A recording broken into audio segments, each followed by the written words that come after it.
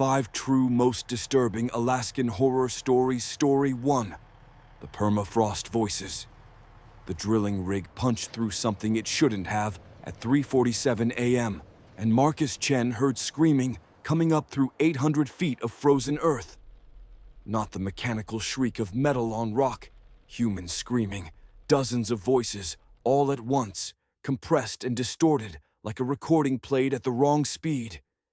He killed the drill motor with shaking hands, but the screaming continued, rising from the borehole in a column of air, so cold it crystallized instantly into glittering powder that fell like snow across the platform. "Shut it down," he radioed to the control trailer, his breath fogging in the negative 42-degree air despite his mask. "We've hit something." "Hit what?" Dave Kowalski's voice crackled back. "You're supposed to be in solid permafrost, another 300 feet before the subsurface aquifer. I don't know what we hit. Just shut down the compressors." But the screaming didn't stop when the compressors died. If anything, it grew louder, more distinct. Marcus could make out individual voices now, men, women, children, all crying out in what sounded like Old Russian, though he couldn't speak the language. His grandmother had fled Siberia in 1923. Some of the cadence felt familiar, lodged in genetic memory. The Dalton Highway Research Site sat 217 miles north of Fairbanks, so remote that supply runs came once every 3 weeks if the weather held. They were studying permafrost stability, drilling core samples to measure climate impact on the frozen ground that had existed since the last ice age. 12,000 years of pristine geological record, perfectly preserved. Except now something was very wrong with the preservation. Marcus approached the borehole, his headlamp cutting through the perpetual January darkness that wouldn't lift for another 6 weeks. The screaming modulated, rising and falling like breathing, like something down there was aware of him. The borehole was 8 inches in diameter, the exposed edge glazed with fresh ice that shouldn't form this quickly in the dry Arctic air. He knelt, looked closer, and his stomach lurched. There were faces in the ice, dozens of them, pressed against the frozen surface like people trapped under a frozen lake, mouths open, eyes wide. But these faces were inside the ice itself, part of the crystalline structure, as if the water had frozen around them at the molecular level. "Dave, get out here. Now!"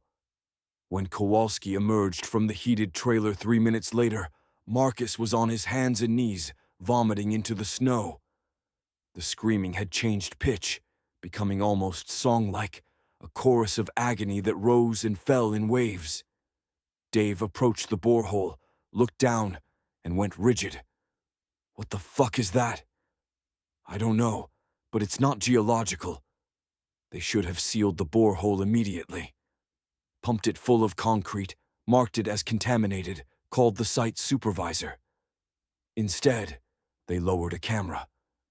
Marcus would replay this decision 10,000 times in the sleepless months that followed, wondering if ignorance could have saved them.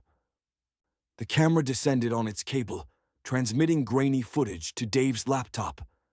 For the first 100 feet, they saw what they expected: striated permafrost, layers of frozen soil and ice, marking different climatic periods. Then the screaming intensified, and the camera passed through into open space. "That's impossible," Dave whispered. "There's no cavity formation in continuous permafrost. Not at this temperature, not at this depth." But there it was on the screen. A chamber, maybe 20 feet across, the walls glittering with the same face-filled ice they'd seen at the surface. The camera spun slowly on its cable, and Marcus saw them everywhere.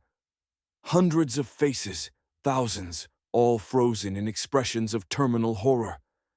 Men in what looked like 19th century Russian military uniforms, women in traditional dress, children, dogs, horses, all trapped in the ice, all screaming though they had no breath, no life, nothing but the eternal cold and the darkness and the waiting.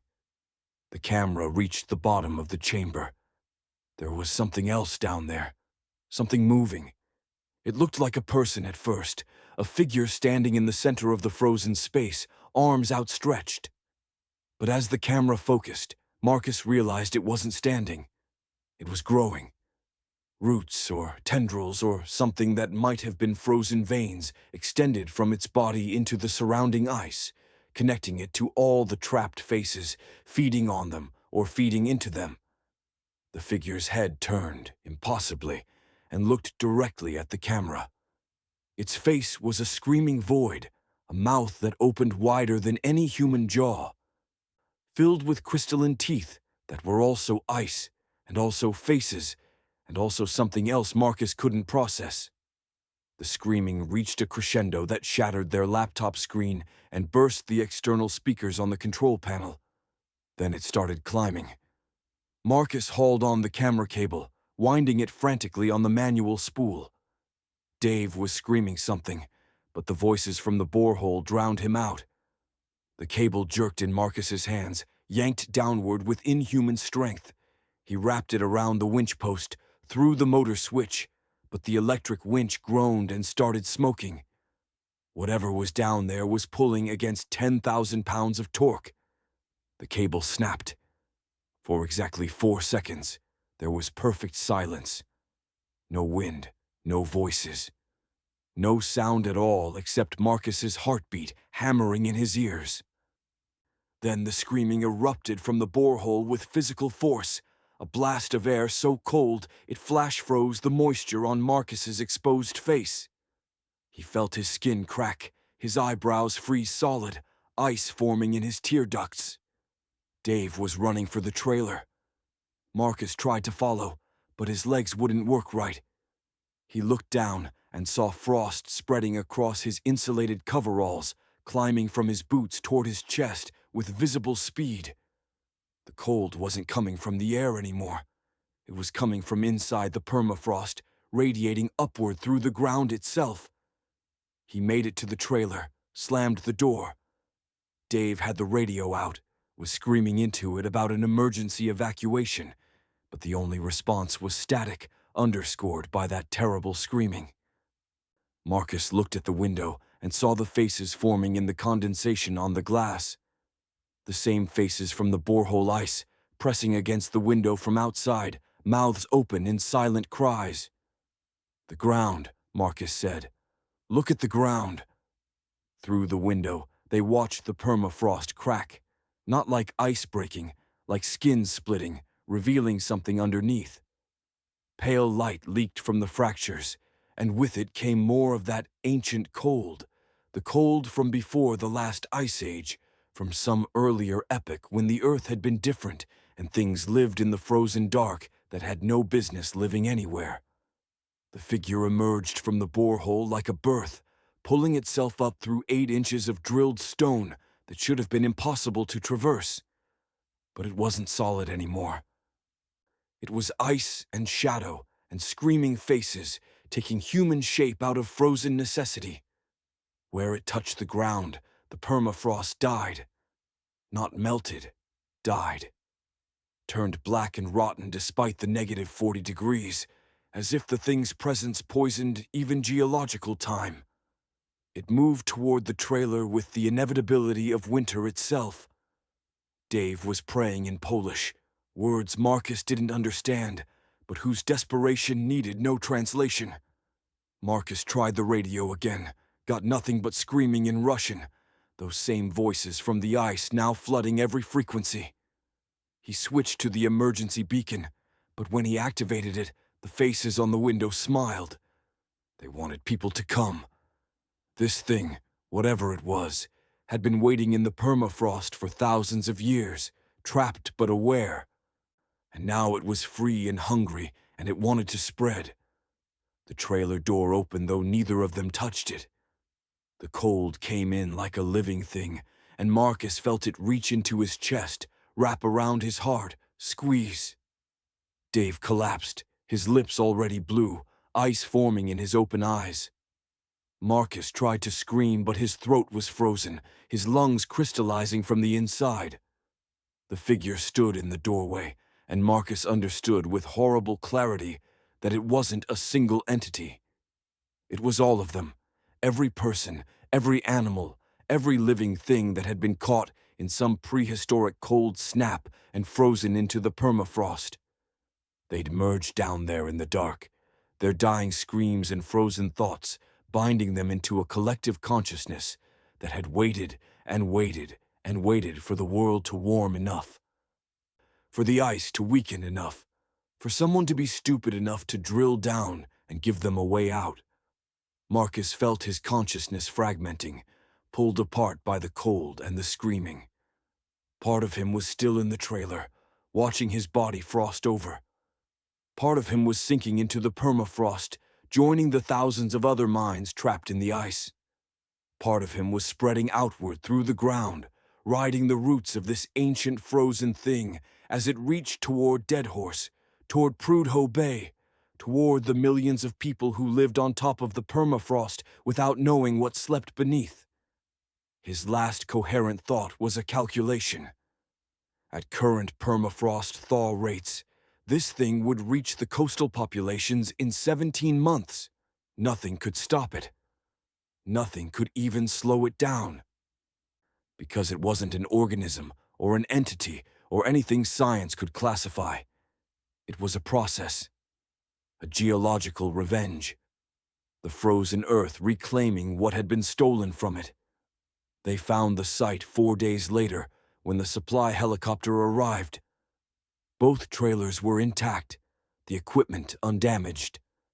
Marcus Chen and Dave Kowalski were in the control trailer, frozen solid in their chairs, covered in a layer of frost that sparkled in the helicopter pilot's spotlight. The pilot reported they looked peaceful, like they'd just fallen asleep.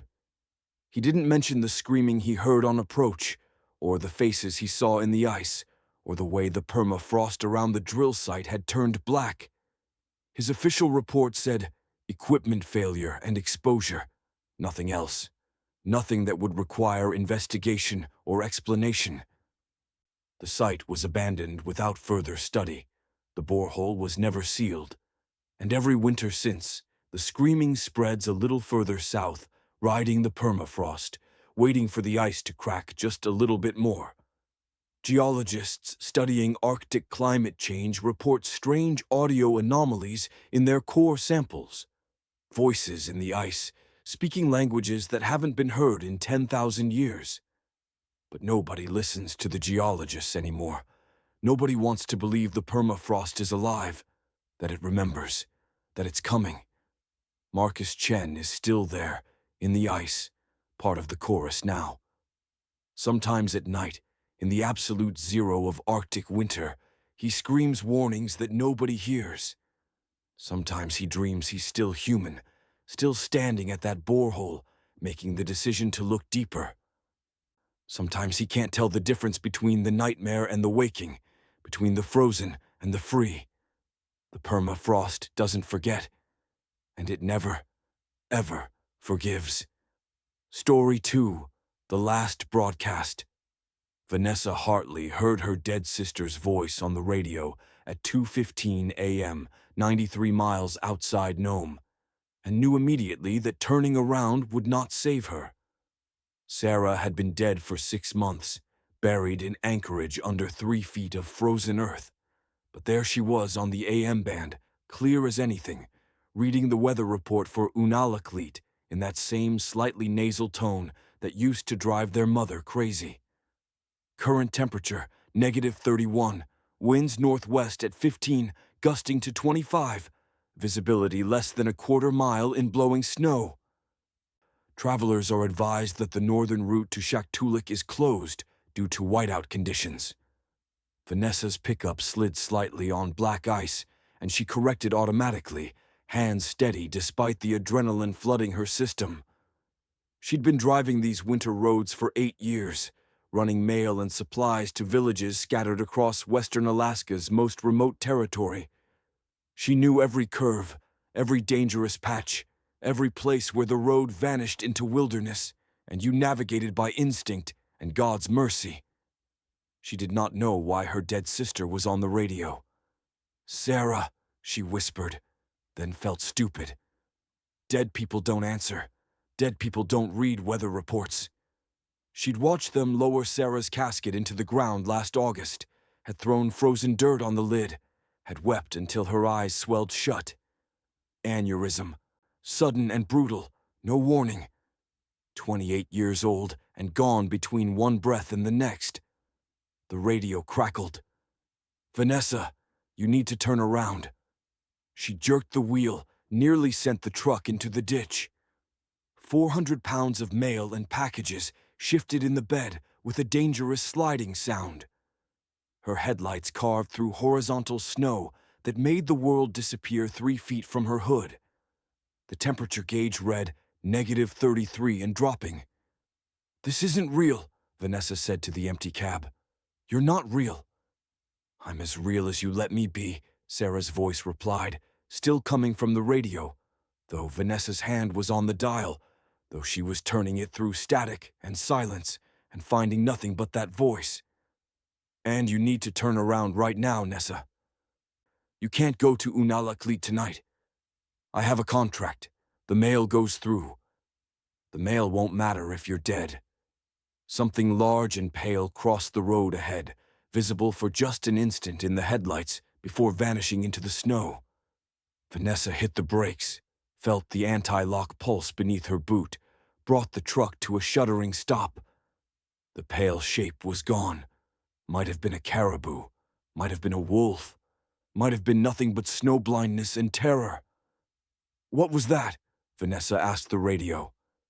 Sarah didn't answer. The radio had gone to pure static, that white noise hiss that filled the spaces between stations. Vanessa checked her phone. No signal. Not that she expected one this far out. Her GPS showed her position, 64 miles from the last village, 93 from her destination. Alone on a road that was more concept than reality, in a storm that turned the world into an undifferentiated gray void. She should turn around. She'd driven supply routes long enough to know when the land was telling you to quit. But turning around meant disappointed families waiting for medicine, for food, for letters from relatives outside. It meant admitting defeat to a stretch of road she'd conquered 100 times before. It meant accepting that her dead sister was speaking to her through radio waves. Vanessa put the truck in gear and drove forward. The storm worsened. What had been merely dangerous became actively malicious, wind gusting hard enough to rock the truck's suspension. Snow didn't fall so much as materialize in the air around her, thick as smoke, turning the headlights into useless diffuse glows. The heater roared at maximum, barely maintaining 60 degrees in the cab. Outside, the temperature hit -38. The radio came back on. Not Sarah this time. Someone else. A man's voice speaking English with a heavy Yupik accent. "State Highway Maintenance advises all travelers to shelter in place. Storm conditions expected to worsen through 0400 hours. I repeat, do not attempt to travel." "Little late for that advice," Vanessa muttered. She was committed now, past the point of no return.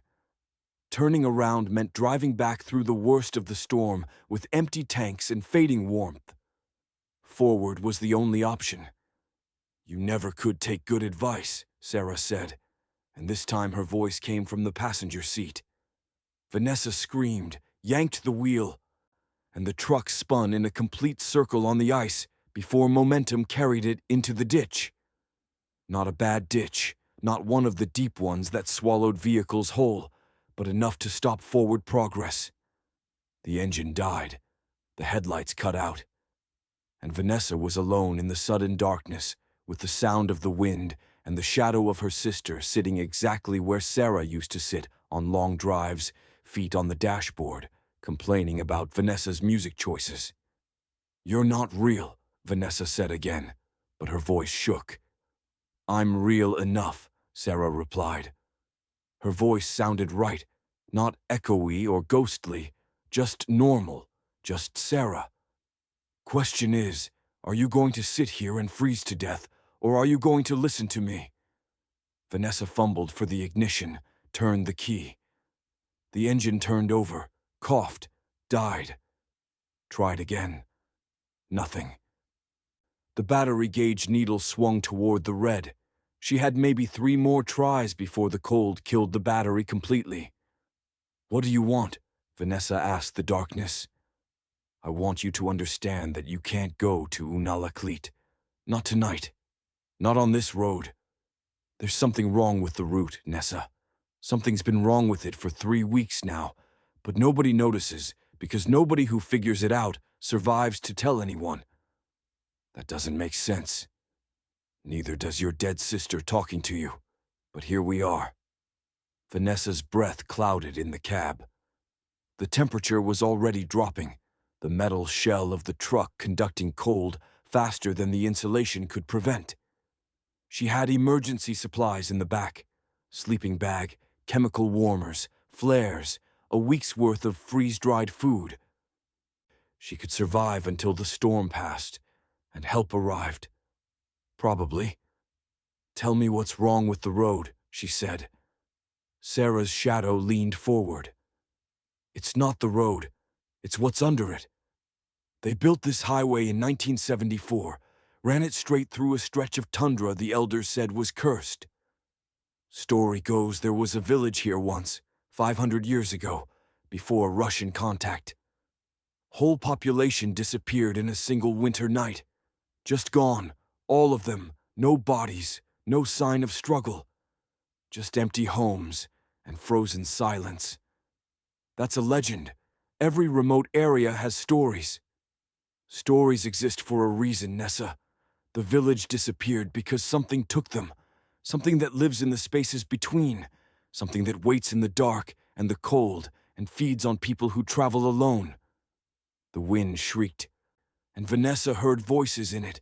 Not Sarah's voice, but dozens of others, calling out in languages she didn't understand.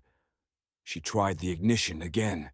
The engine turned over twice and caught, and relief flooded through her until she looked up and saw the figures standing in the road ahead. There were 7 of them, visible in the dim glow of her returning headlights. They wore no winter gear, no protective clothing, just simple garments that looked hand-stitched from caribou hide. Their feet were bare on the frozen ground, and they were watching her with eyes that reflected the headlights like animal eyes, flat and hungry. "Don't look at them directly," Sarah whispered urgently. "They can't hurt you if you don't acknowledge them." "What are they?" "The ones who took the village, the ones who've been taking travelers on this route. 1 or 2 a year, never enough to trigger investigation, but enough to feed. They exist in the storm, in the space between places. The cold and the dark and the isolation give them form." The figures moved closer. Now Vanessa could see they weren't walking. They were gliding, their feet not quite touching the ground, their movements wrong in subtle ways that made her stomach clench. One of them reached toward the truck with a hand that had too many fingers, too many joints. "Drive," Sarah said. "Don't stop, don't swerve, don't acknowledge them. Just drive straight through." "Through them?" "They're not solid, not unless you believe they are." Vanessa put the truck in gear, felt the wheels spin in the ditch, gain traction, pull forward. The figures in the road didn't move. She accelerated toward them, 50 feet, 40 feet, 30 feet, and every instinct screamed at her to stop, to swerve, to do anything but drive straight into 7 impossible people standing in the middle of an Arctic highway. She closed her eyes and kept her foot on the gas. The impact never came. Instead, she felt a wave of absolute cold pass through the truck, through her body, cold that had nothing to do with weather and everything to do with absence. Absence of heat, of life, of hope, of any warm human thing. She heard screaming, but it was inside her head, memories that weren't hers flooding her consciousness, running through snow, pursued by things that wore human shapes, watching her children taken one by one into the storm, freezing alone in an empty village while something circled outside, patient and eternal. Then she was through, back on the road, the figures behind her.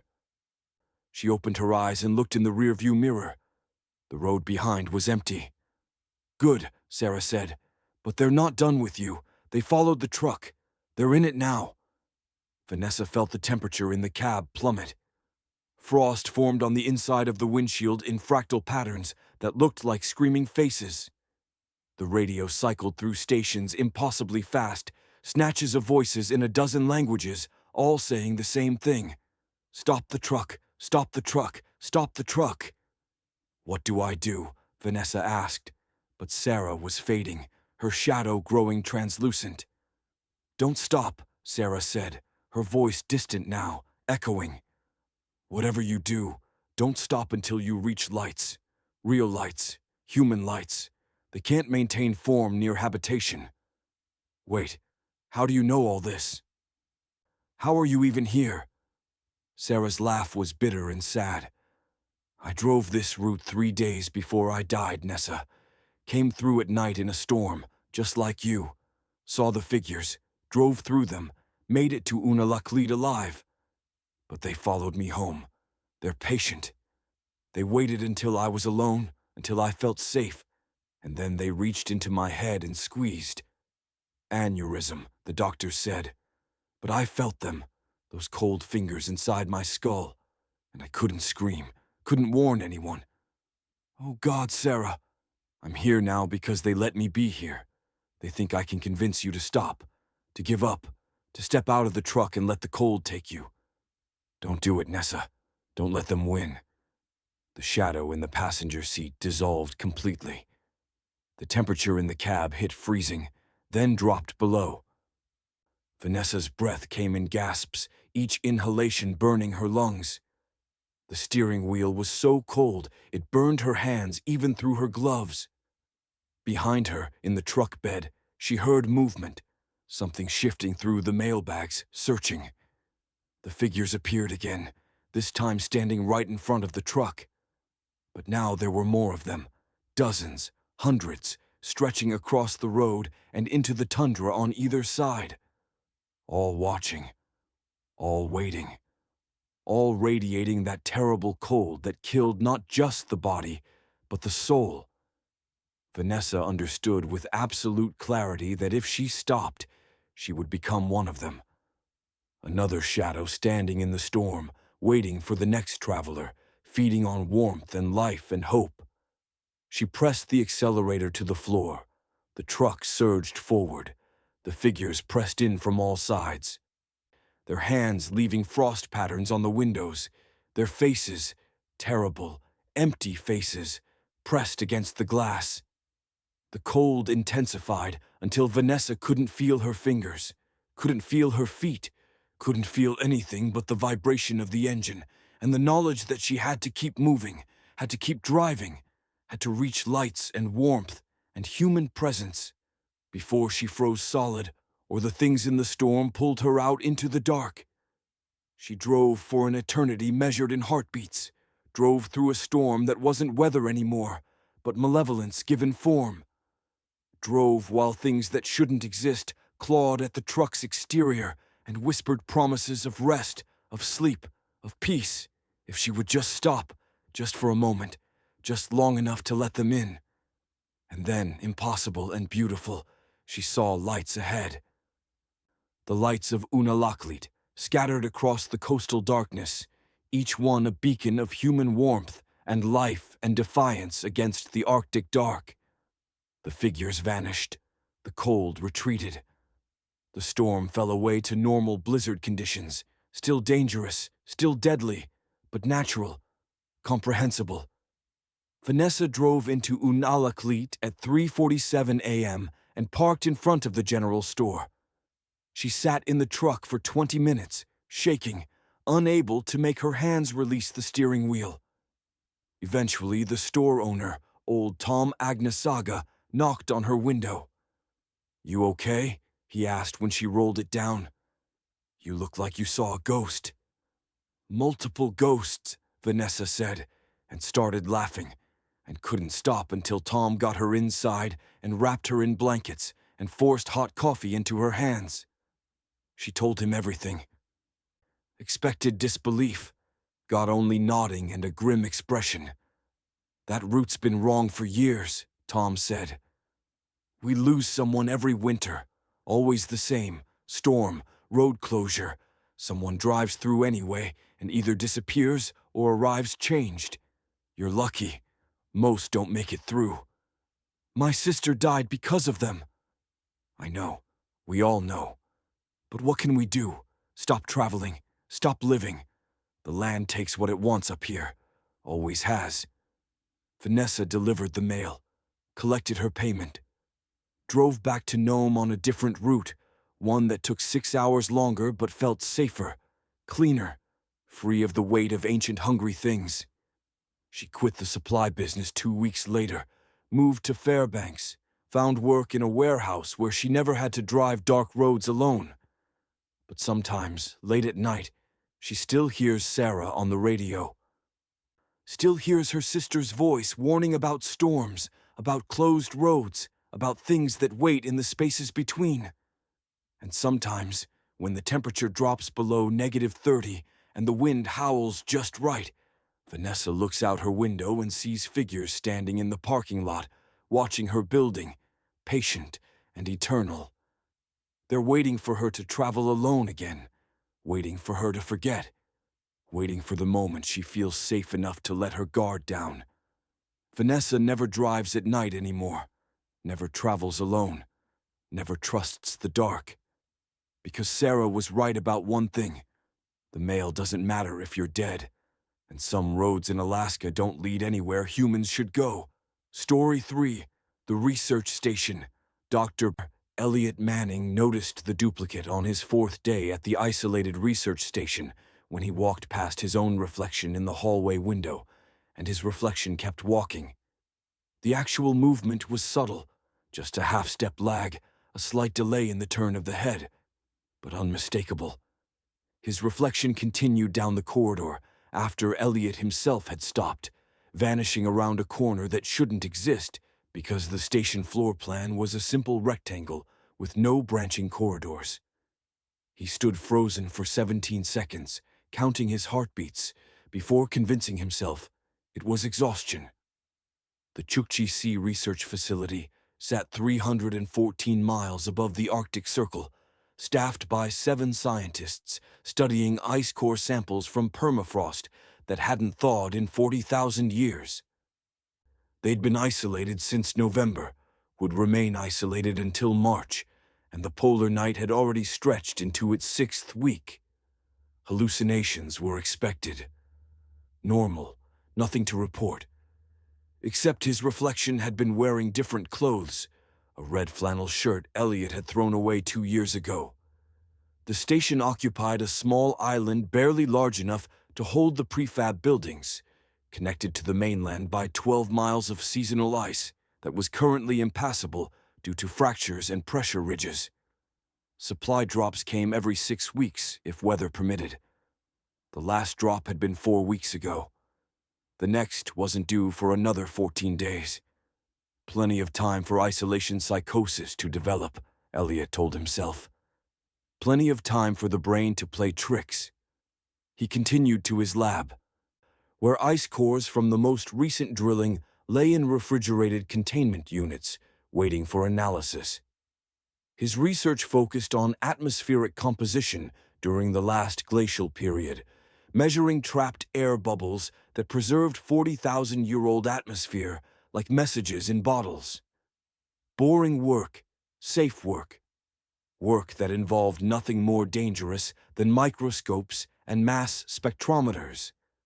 The core samples had changed since yesterday. Elliot stared at the containment unit, certain he'd loaded the wrong cores, except there were no wrong cores. Each sample was labeled, dated, and cataloged. These were definitely the same cores he'd been analyzing, same borehole, same depth markers, same everything. But yesterday they'd been clear glacial ice with the expected sediment layers. Today they had shadows inside them, not cracks. Not sediment. Shadows. Dark shapes suspended in the ice, humanoid but wrong, too tall and too thin with too many joints. He counted 14 distinct figures in the 3-meter core section, all frozen mid-movement, all oriented toward the top of the core, as if they'd been climbing when the ice caught them. "Elliot, you need to see this." Dr. Sarah Chen's voice crackled through the intercom. "Lab 3. Now." He found Sarah standing in front of her monitoring station, face pale, hands trembling. She studied atmospheric composition like Elliot, but her focus was contemporary climate data, temperature, pressure, and gas concentrations in the current environment. "Something's wrong with the sensors," she said. "They're reading atmospheric composition that doesn't make sense. Oxygen levels dropping, nitrogen increasing, CO2 spiking. But the weird part is the trace gases." She pointed to a graph on her screen. "These readings match prehistoric atmosphere, not 10,000 years ago, not even 100,000. These ratios match ice core data from 2 million years in the past, before modern humans existed." "Sensor malfunction," Elliot said automatically. "I thought so too, except the backup sensors show the same thing. And Elliot..." She met his eyes. "I can feel it. The air tastes different. Older." He knew what she meant. He'd been noticing it too, a quality to the atmosphere that felt wrong, like breathing in a museum basement. Stale air that hadn't circulated in geological time. "Where's everyone else?" he asked. "Not sure. Haven't seen Martin or Yuki since breakfast.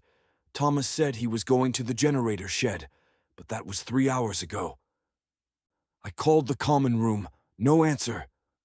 The station intercom, which should have allowed communication between all sections, produced only static when Elliot tried it.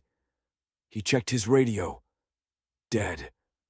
Sarah's was dead too. Even the emergency channel returned nothing but a low hiss that sounded almost like breathing. They found Martin Reeves in the ice core storage facility, standing motionless in front of the refrigeration units. He didn't respond when they called his name, didn't turn when Sarah touched his shoulder. His eyes were open, fixed on something only he could see. His lips moved soundlessly, forming words in a language Elliot didn't recognize. "Martin." Sarah shook him harder. "Martin, what's wrong?" His head turned with mechanical slowness. When he looked at them, his pupils were dilated completely. Just black discs with no color remaining. His mouth opened, and the voice that emerged wasn't his own. It was multiple voices speaking in unison, overlapping, creating harmonics that made Elliot's teeth ache. "The ice remembers. The ice always remembers. You drill too deep. You wake what sleeps. You let the old air out." Martin collapsed. They caught him, lowered him to the floor. His pupils contracted back to normal, and he gasped like a drowning man finding air. "What happened?" "I was checking samples, and then..." He looked around wildly. "How long was I standing there?"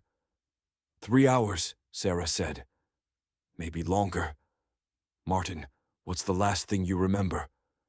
"The cores. I was cataloging the cores from borehole 7, the deep ones from the Pleistocene layer. I thought I saw something in the ice. Shapes.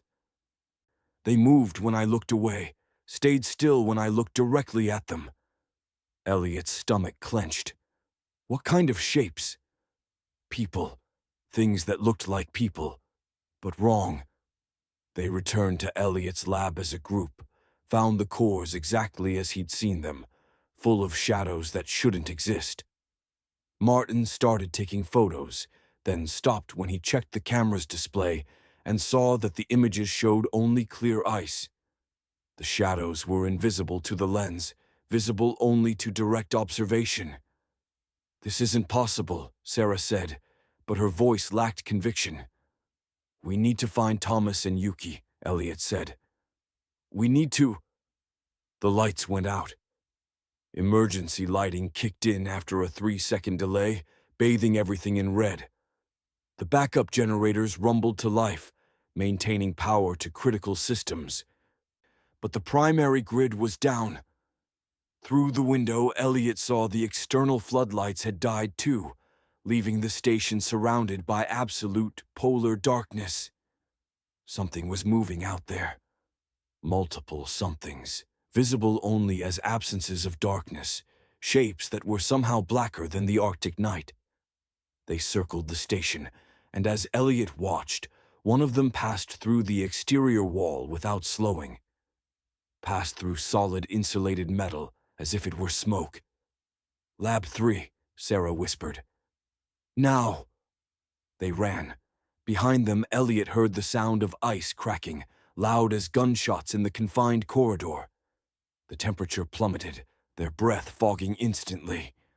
Frost spread across the walls in fractal patterns, and in those patterns, Elliot saw faces, hundreds of them, thousands, all screaming silently. Lab 3 was somehow intact, the temperature normal, the lights still functioning. Sarah sealed the door behind them, through the environmental lock. "This room has independent life support," she said. "If the main systems fail, we can survive here for 48 hours. "And then what?" Martin demanded. "We can't call for help. We don't even know what's happening." "I know what's happening," said a voice from the corner, and they spun to find Dr. Yuki Tanaka sitting at a computer terminal, her fingers moving rapidly across the keyboard. "I've been monitoring this for 2 days. Didn't want to say anything until I was sure." "Sure of what?" Elliot asked. "The boreholes. When we drilled past the 1,400-meter mark, we penetrated a layer of ice from 2.1 million years ago. Pre-human. Pre-modern atmosphere. The air trapped in that ice is from a different Earth, governed by different rules. And when we opened the cores, we let it out." She turned the monitor so they could see. It showed sensor readings from across the station, all displaying the same impossible data. Atmospheric composition shifting minute by minute toward prehistoric ratios. Oxygen declining, ancient gases increasing, the air itself transforming into something that hadn't existed since before humanity evolved. "But that's not the worst part," Yuki continued. "The ice from that layer, it's not just frozen water, it's frozen time, frozen reality. Things were trapped in that ice. Things that existed before modern physics, before modern biology, and now they're thawing." The lights flickered. Through the lab's small window, Elliot saw them, the shadow figures, dozens now, maybe hundreds, pouring through the station walls like smoke. Where they passed, reality fractured. The corridor outside twisted, folded, extended impossibly in directions that hurt to perceive. He saw multiple versions of the same hallway overlapping, occupying the same space simultaneously. "Where's Thomas?" Sarah asked. Yuki's face went blank. "Thomas. Dr. Thomas Webb. He went to the generator shed." "There's no Dr. Thomas Webb," Yuki said slowly. "There are 6 of us at this station. There have always been 6. Elliot, Sarah, Martin, me, Dr. Amari, and Dr. Kowalski." "No," Martin said. "No, that's wrong. Thomas has been here since we arrived. I've shared meals with him. We played chess yesterday." "Chess," Yuki repeated. "In the common room, at the table by the window." "Yes. There is no table by the window. There's never been a table there."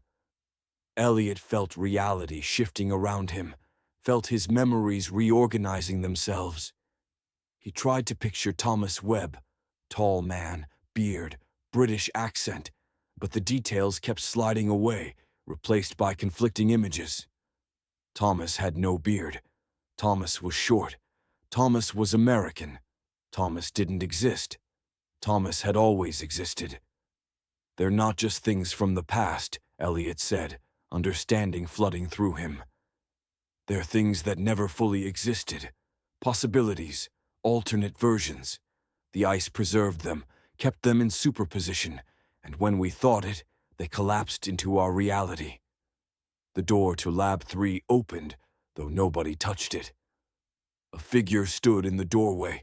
Thomas Webb, except he wore 7 different outfits simultaneously, his face aged and young and middle-aged all at once. His mouth opened and closed in 7 different positions, creating a cascade of voices that overlapped into white noise. "You let us out," the Thomas thing said. "We were safe in the ice, frozen, stable. Now we're collapsing, and we're taking you with us." The lab began to multiply. Elliot saw 3 versions of Sarah standing in the same space, each slightly different. One wearing a blue shirt, one red, one green. Martin was a child and an old man, and his current age simultaneously. Yuki existed and didn't exist, flickering in and out of reality. Elliot understood they were all collapsing into probability waves, the same quantum uncertainty that had preserved those ancient things now claiming the present. The past was bleeding into now, and there was no way to stop it because time itself was breaking down. His last coherent thought, repeated across 17 simultaneous versions of himself in 17 slightly different Labs 3, was that they should have sealed the deep cores, should have left the ancient ice alone. Some things were meant to stay frozen, buried under geological time, safe in the dark where possibilities couldn't collapse into terrible certainties. The station was found 6 weeks later when the supply drop finally arrived. All buildings intact, all equipment functioning, all personnel missing, with no sign of struggle or departure. The ice cores from Borehole 7 had completely sublimated, leaving only empty containment units and a smell like ozone and frozen earth. The official report listed the incident as catastrophic equipment failure, followed by evacuation to the mainland. Though no evidence of evacuation existed, and the ice road had been impassable during the relevant period. The station was decommissioned, the boreholes were sealed.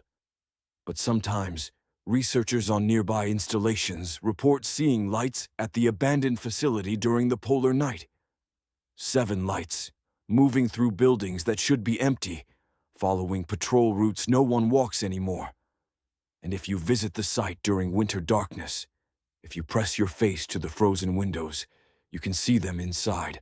7 figures, 7 scientists, living the same 4 days in an endless loop, drilling through the ice, opening the cores, releasing what should have stayed buried.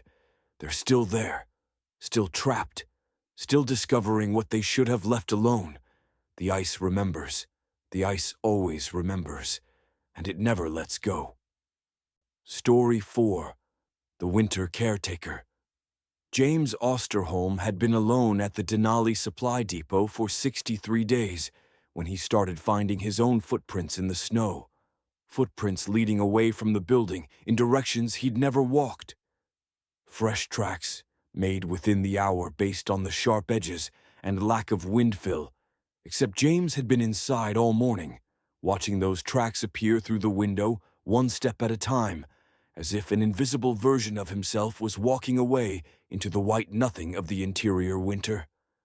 The depot sat 47 miles from the nearest occupied building, accessible only by snow machine or, during the 3-month summer window, by dirt road that barely deserved the name. James's job was simple: maintain the facility through winter, ensure the heating systems didn't fail, keep the roof clear of snow, monitor the fuel supplies, and generally exist as a human presence in a building that would otherwise freeze solid and crack apart by spring. The pay was exceptional. The isolation was the point. James had signed up for solitude, for silence, for the chance to spend 6 months away from people and noise and the grinding anxiety of modern life. He had not signed up for his doppelganger leaving footprints in negative 40-degree snow. The tracks led north toward the tree line, following a straight path that ignored the terrain's natural contours. James pulled on his parka, his boots, his face mask and gloves, and followed them. The cold hit like a physical force, that special interior cold that froze nostril hair instantly and made breathing painful. The sun, when it bothered to appear these days, managed only a weak glow along the southern horizon before giving up and sliding away again. Twilight stretched for 20 hours. Darkness owned everything else. The footprints were identical to his own. Same boot tread, same stride length, same slight drag of the right foot from an old hiking injury. They extended for 200 yards, then stopped abruptly in the middle of an open snowfield. No final steps, no disturbance. Just the last footprint, clear and perfect, and then nothing. James stood at the termination point, scanning 360 degrees. The depot was a dark smudge against the white expanse behind him. Ahead, the spruce forest rose like a black wall. Nothing moved. Nothing made sound except the wind scouring snow into crystalline plumes that glittered in the dim light. He returned to the depot, checked the security camera footage. The external camera covered the northern approach where the tracks began. The timestamp showed them appearing at 9:47 a.m., one footprint every 4 seconds, marching into frame from the building's blind spot where the camera couldn't see. But that blind spot was the solid west wall. No door, no window, just insulated metal and 2 feet of snow piled against the foundation. James rewound the footage to 9:45. Nothing. 9:46. Nothing. 9:47 exactly. The first footprint appeared, then the second, then the third, materializing in real time as if an invisible man were walking away from the building. The timestamp matched precisely with when James had been in the depot's kitchen making coffee. He remembered the moment. He'd been looking out the west window, not the north, watching a raven circle the fuel tanks. He'd definitely been inside, definitely alone. His radio crackled, though the radio was switched off. A voice emerged from the static, his own voice, slightly distorted, as if speaking from underwater. "You should leave while you still can." James stared at the silent radio. He checked the power switch, still off. Checked the battery, dead. The voice shouldn't be possible. "Who is this?" he demanded. "Who do you think? You know what's happening. You've known since day 40. You just haven't admitted it yet." Day 40. That's when James had started seeing things in his peripheral vision. Movements that vanished when he looked directly. Shadows that didn't match their objects. He'd attributed it to isolation, to the polar darkness, to cabin fever. Normal psychological responses to extreme isolation. Not real, not dangerous. "You're not real," James said to the dead radio. "I'm as real as you are. Question is, which one of us is the original?" The radio went silent. James threw it across the room, heard it shatter against the wall. He was breathing hard, heart hammering, hands shaking. He'd been fine, had been handling the isolation perfectly. No symptoms, no problems, no psychological breaks. He'd passed the screening evaluations, had experience with solo work, had prepared mentally and physically for 6 months of solitude. Except now there were footprints and voices, and something was very, very wrong. He spent the afternoon checking the building methodically. Every room, every closet, every possible hiding place. The depot had 6 rooms: kitchen, bathroom, bedroom, storage, generator room, and equipment bay. Total area maybe 800 square feet. No place for a person to hide. No place for an intruder to exist. The building was empty except for James. Had always been empty except for James. He made dinner mechanically, forcing himself through familiar routines. Boiled pasta, heated sauce from a jar. Ate without tasting, cleaned the dishes, checked the generator, verified the fuel levels, logged the temperature readings. -42 outside, 72 inside. All normal, all fine. The footprints outside had multiplied. Now there were 3 sets, all with his boot tread, all converging from different directions toward the building. They circled the depot in concentric rings, spiraling inward, dozens of overlapping tracks that formed a labyrinth in the snow. And they were fresh. The snow had been smooth that afternoon when James checked. These tracks had appeared in the last 2 hours. While he'd been inside, alone, with all doors locked, and no way for anyone to approach without triggering the motion sensors that covered every approach. James activated the perimeter floodlights, bathing a 100-foot radius in harsh LED white. The tracks were visible all the way to the edge of the light, then continued beyond into darkness. He counted 7 distinct trails now, all identical, all his. The radio crackled again, the broken radio he'd thrown across the room, now somehow speaking from the bedroom where it shouldn't be. "We're all you, James. Every version that might have existed, every choice you didn't make, every path you didn't take. The isolation thins the boundaries. The darkness makes space for us, and now we want back in." James ran to the bedroom. The radio was there, on the nightstand, completely intact despite being in pieces 2 hours ago. He grabbed it, threw it again, watched it shatter. Turned around. It was back on the nightstand, whole. "You can't get rid of us," his voice said from the radio. "We're already inside." He saw them then, in the bedroom mirror, multiple versions of himself, overlapping, occupying the same space but slightly out of phase. 7 Jameses, all with subtle differences. One with longer hair, one with a beard, one younger, one older. One missing the small scar on his left cheek from a childhood accident. All staring at him with expressions ranging from pity to hunger, to something that might have been warning. "What do you want?" James whispered.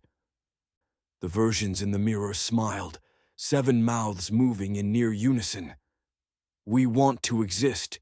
We want to be the one who stayed. We want your warmth, your solidity, your claim on reality. And the darkness is helping us take it."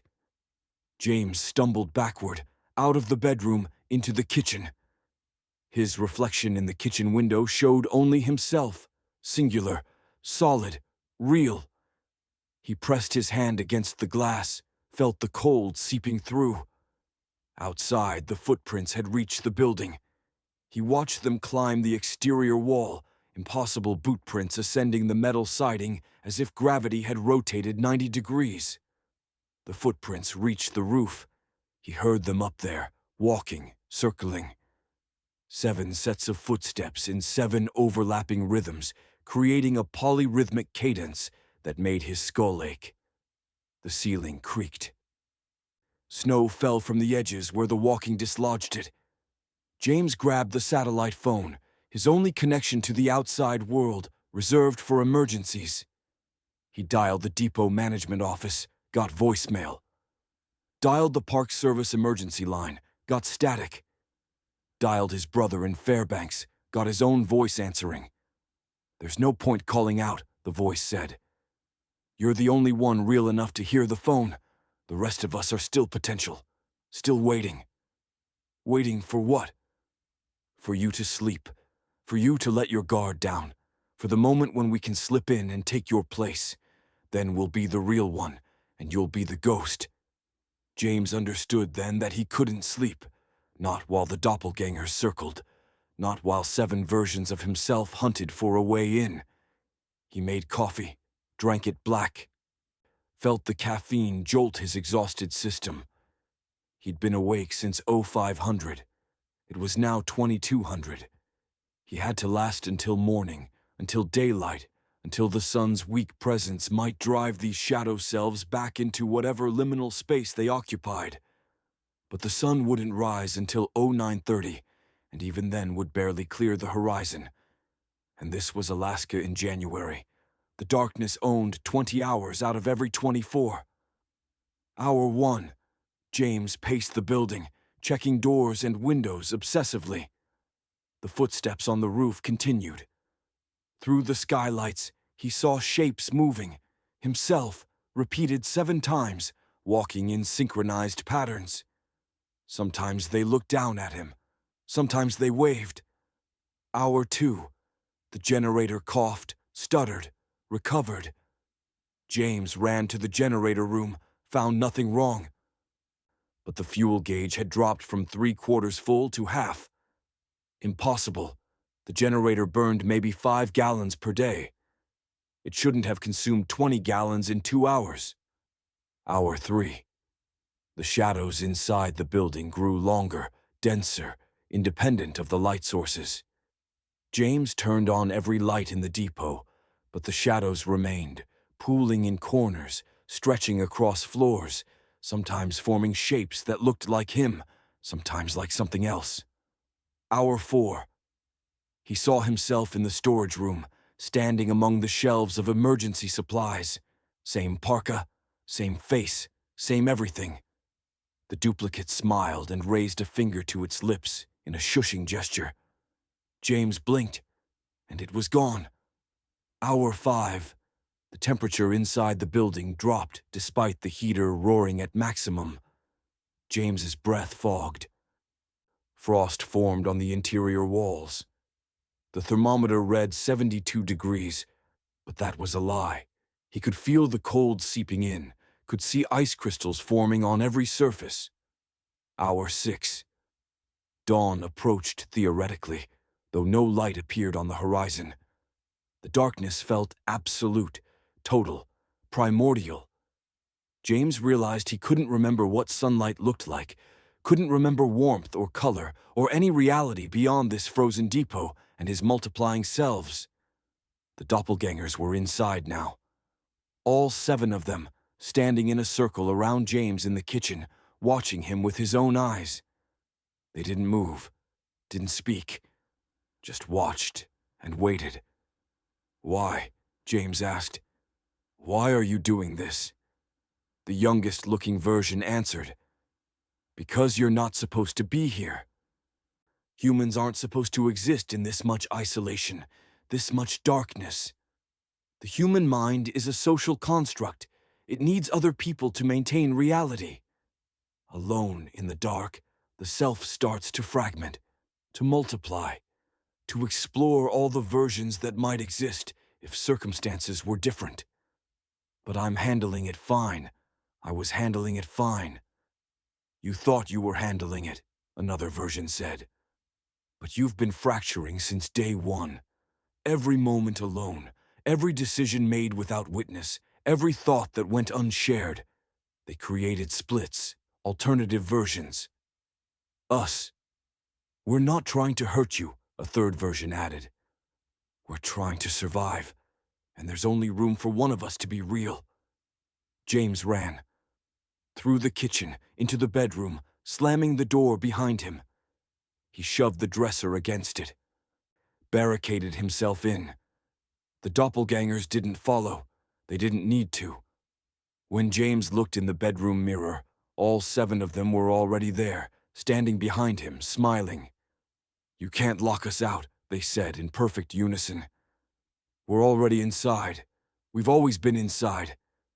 James closed his eyes, and when he opened them again, he was standing in the snow, 200 yards from the depot, wearing only his thermal underwear. His feet were bare. The cold was agonizing, beyond agonizing, cold that burned and froze and killed by inches. He had maybe 3 minutes before frostbite became critical. He ran for the depot, but his feet wouldn't work right, the cold making his muscles spasm and fail. He fell, got up, fell again. The depot's lights were on, warm and inviting, and through the windows he could see himself, a James in full winter gear, standing in the kitchen, drinking coffee, safe and warm and real. The James inside saw the James outside and smiled, then closed the curtains.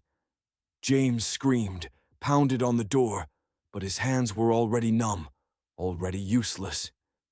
He was dying, freezing, being erased by the cold and the dark and the knowledge that he'd been replaced, that one of his other selves had won the unspoken competition for reality.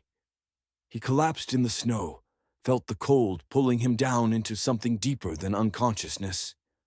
And as his vision dimmed, he saw the other 6 Jameses standing around him in a circle, looking down with expressions that might have been regret. "Sorry," one of them said, "but only one of us gets to be real. The rest have to become ghosts." James woke up in the depot's bed, warm and alive, with no memory of how he got there. Outside, the sun was rising, painting the snow in shades of pink and gold. He felt fine, rested, solid, real. He made breakfast, checked the generators, logged the temperature readings. Everything was normal. He'd simply had a nightmare, a stress hallucination brought on by isolation. Nothing more. But when he looked out the window, he saw 7 sets of footprints in the snow, all leading away from the building, all terminating abruptly in the open white expanse. And somewhere, in the spaces between conscious thought, he could hear them, the other Jameses, the ones who'd lost the competition, walking in the dark, waiting for another chance, patient as winter itself. James finished his contract, collected his pay, told everyone he'd handled the isolation perfectly, no problems at all. And maybe he had. Maybe he was the original James, the real one, the one who'd always existed. Or maybe he was one of the others, the one who'd won the silent war for reality, wearing the original James like a comfortable coat, pretending so hard to be real that even he believed it. He doesn't know, can never know. And sometimes, late at night in his Fairbanks apartment, surrounded by people and noise and life, he sees himself in the mirror and isn't entirely sure which version he is. The depot runs through 7 caretakers now before anyone can complete a full winter contract. They all report the same things: footprints, voices, versions of themselves walking in the dark. Some quit, some finish the term, but come back changed, quieter, uncertain in ways they can't articulate. One caretaker never came back at all. They found the depot empty, all equipment functioning, no sign of struggle or departure. Just 7 sets of footprints circling the building, spiraling inward, meeting at the door. And inside, on the kitchen table, 7 coffee cups arranged in a circle, all still warm. Story 5. The Last Flight. Captain Rebecca Torres realized her co-pilot had been dead for the past 40 minutes. At the exact moment she glanced over and saw him blink sideways, his eyelids closing horizontally across his eyes, like a reptile's nictitating membrane. First Officer Kyle Brennan sat in his seat, exactly as he had since they'd taken off from Anchorage 3 hours ago, hands resting on the controls, face illuminated by the instrument glow. Completely normal except for that single impossible blink, and the fact that Rebecca had watched him die during the climb-out when he'd simply stopped breathing and gone rigid and cold. She'd tried to revive him, had called out, had shaken him, had prepared to declare an emergency and turned back. But when she'd looked away for just a second to check their position, when she'd looked back, Kyle was fine. Breathing, responsive, calling out altitude and airspeed exactly as he should. So perfect that Rebecca convinced herself she'd imagined the death, the stillness, the cold. But she hadn't imagined it. She knew that now. Kyle Brennan had died somewhere over the Talkeetna Mountains, and something else had climbed into his skin and was wearing him like a costume, maintaining the performance of normalcy with just enough errors to let Rebecca know she was alone in the cockpit with a thing that only resembled her co-pilot. They were flying a Cessna 208 Caravan on a night cargo run from Anchorage to Barrow, following the standard route that crossed 500 miles of Arctic wilderness. No passengers, just mail and medical supplies for the North Slope communities that depended on these flights for survival. Rebecca had flown this route 200 times in 8 years. She knew every landmark, every radio beacon, every place where the terrain wanted to kill you if you fucked up even slightly. She did not know what to do about a dead co-pilot who was still flying the plane.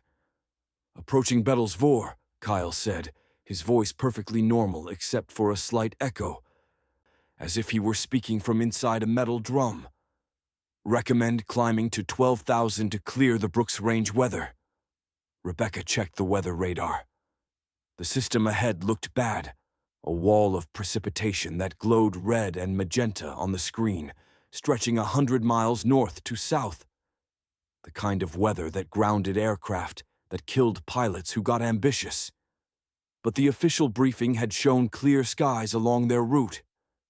"That weather wasn't in the forecast," Rebecca said carefully, watching Kyle's reaction. He turned to look at her, and his neck rotated too far, a full 120 degrees that no human cervical spine could achieve. His eyes were wrong too, still blue, still Kyle's eyes, but the pupils were rectangular now, horizontal slots like a goat's. "Forecasts change," Kyle said. "Weather evolves." "Nothing stays the same, Rebecca. Surely you've learned that by now." "Who are you?" "I'm Kyle Brennan, First Officer, ATP Certificate number 387249. Born August 14th, 1989, in Portland, Oregon. Married to Jennifer Brennan, née Morrison, father of 2 daughters. Is there a problem, Captain?" Every detail was correct. Every biographical fact perfectly recited. But the thing saying them wasn't Kyle, and they both knew it. "You died," Rebecca said. "During climb out. You stopped breathing." "Did I?" Kyle's head rotated back to its normal position with a series of small clicks. "Or did you imagine it? You've been tired lately, Rebecca. Stress, relationship problems, financial pressure. The mind plays tricks when it's exhausted. Maybe you should let me take the controls for a while. Get some rest." "No." Rebecca's hands tightened on the yoke. "I'm the pilot in command. I fly the aircraft." Kyle smiled, and his mouth opened too wide, revealing teeth that had become sharp and numerous. "Of course, Captain. But we both know you're not going to make it to Barrow. The weather won't allow it. This flight is ending soon, one way or another." The weather radar bloomed into solid red. The storm that shouldn't exist was directly ahead now, a wall of turbulence and ice that extended from ground level to 30,000 feet. Rebecca couldn't go over it, couldn't go around it. The storm stretched horizon to horizon, impossible in scale, violating every principle of meteorology. "What do you want?" Rebecca asked. "Want?" Kyle laughed, and the sound was wrong, harmonically off-key. "I don't want anything. I'm simply doing what I was designed to do, what I've always done. I wait in the spaces between, in the empty places, and when someone crosses through alone, truly alone, isolated in the dark, I step in, fill the vacancy, wear the shape that's needed. You're not real. I'm exactly as real as anything else, more real than some things. Your co-pilot, for instance. The real Kyle Brennan is still in Anchorage, probably tucked into bed with his wife. He called in sick 12 hours ago. You flew this cargo run solo, Rebecca. You've been alone in this cockpit since takeoff. I'm just the thing your mind created to fill the empty seat." Rebecca's hands shook on the controls. She tried to remember. Had Kyle been at the pre-flight briefing? She had a clear memory of him walking around the aircraft during the pre-flight inspection, checking the exterior lights, removing the control locks. But now that she focused, the memory felt thin, too perfect, like a photograph instead of an experience. "No," she said. "No, you're lying. Kyle was here. I talked to him. He helped with the checklist. You talk to yourself. You always do on these solo night flights. It's a habit. Saying the checklist items out loud, responding to yourself, maintaining the rhythm of crew coordination even when you're alone. But tonight the darkness listened. Tonight, something answered back. The aircraft hit turbulence, a series of sharp jolts that threw Rebecca against her harness. The engine note changed, becoming rougher, less synchronized. Warning lights illuminated on the panel, oil pressure low, engine temperature rising, fuel flow irregular. Multiple systems failing simultaneously. "Coincidence," Kyle said cheerfully. "This is an old aircraft. Things break, especially in the cold, especially at night, especially when you're alone over 500 miles of wilderness with nobody to help and nowhere to land." Rebecca ran the emergency checklist, adjusting mixture and prop pitch, trying to stabilize the engine. The readings improved slightly, but stayed in the caution range. The terrain below was invisible, just darkness and snow and mountains that would kill her if she tried to land. The nearest airport was Bettles, 40 miles southwest, and the engine might last another 10 minutes if she was lucky. "You can't save the flight," Kyle said. "You can't even save yourself. But I can. Give me the controls, Rebecca. Let me fly. I know the way." "The way to where?" "To where all the lost flights go. Where all the solo pilots end up when they fly too far into the dark. There's a place, Rebecca. A place where the empty spaces connect. Where lost things go. You've felt it, haven't you? On those long midnight runs, when the autopilot's engaged and you're drowsing in the left seat, and the world outside could be anything, anywhere. The sense that you're not flying through normal space anymore, that you've slipped sideways into somewhere else. Rebecca had felt it. Every bush pilot felt it eventually. That uncanny sense that the darkness outside wasn't empty but full, that you weren't alone in the sky but surrounded by invisible others, that the spaces between the radio beacons held something vast and aware and patient. "I'm not giving you the controls," Rebecca said. "Then you'll crash. The engine will fail. You'll try to glide to Bettles. You'll hit a mountain 3 miles short of the runway. They'll find you in the spring. Another small aircraft lost to Arctic weather. Another pilot who pushed too far. Nothing suspicious. Just bad luck and bad judgment." The engine coughed, stuttered, surged. Rebecca switched tanks, priming the fuel system, but the gauges showed something impossible. Both tanks reading empty, though she'd taken on full fuel in Anchorage. 3 hours of flight shouldn't have consumed 200 gallons. The fuel was simply gone, drained by nothing, stolen by the dark. Kyle reached for the controls with hands that were too long now, fingers extending like spider legs toward the yoke. Rebecca batted them away, felt something solid and cold and wrong, flesh that had the texture of ice. "Don't touch the controls." "I'm trying to help you," Kyle said, and his voice was genuinely hurt, the voice of a friend betrayed. "I'm trying to save your life. Why won't you let me save you?" "Because you're not saving anything. You're consuming. You're taking. That's what you do. You fill empty spaces, and you erase the people who were there before." The engine died completely. The propeller windmilled uselessly in the slipstream, providing no thrust, just drag. The aircraft began to descend, 1,500 feet per minute, falling through the darkness toward invisible terrain. Rebecca had maybe 3 minutes to find somewhere to land, except there was nowhere. Just mountains and tundra and frozen lakes that would shatter the aircraft on impact. She grabbed the radio. "Mayday, mayday, mayday. This is North Star 642. Engine failure, descending through 8,000 feet. Position." She checked the GPS, saw nothing but static. The screen showed no coordinates, no map, just swirling patterns that might have been continents or might have been something else. "There's no point calling," Kyle said. "We're not in radio range anymore. We're not in any kind of range. We passed the threshold 17 minutes ago, right when you acknowledged the truth about me. The moment you saw me for what I am, we slipped sideways. Now we're in the spaces between, and the only way out is through. Rebecca pulled the emergency checklist for engine restart, followed the procedures mechanically. Fuel boost pump on, mixture rich, ignition to both. The engine remained silent. The propeller spun freely, disconnected from power. The altimeter unwound towards 0. "Last chance," Kyle said. "Give me the controls. Let me land this aircraft. I know the way." "Where would you take me?"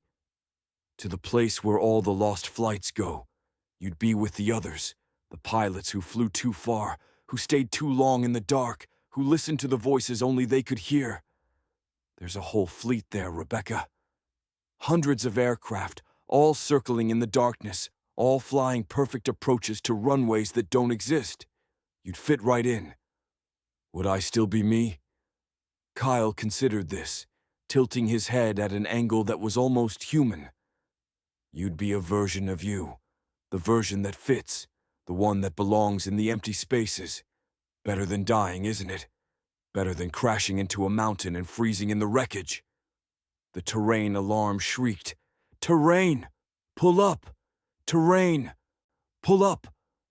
Rebecca hauled back on the yoke, trading speed for altitude, buying precious seconds. The stall warning joined the terrain alarm, creating a cacophony of synthetic voices demanding impossible actions. Pull up, slow down, turn, descend. Every instruction contradicting every other. Through the windscreen, Rebecca saw lights. Impossible lights, a runway stretching through the darkness, perfectly lit and straight and inviting.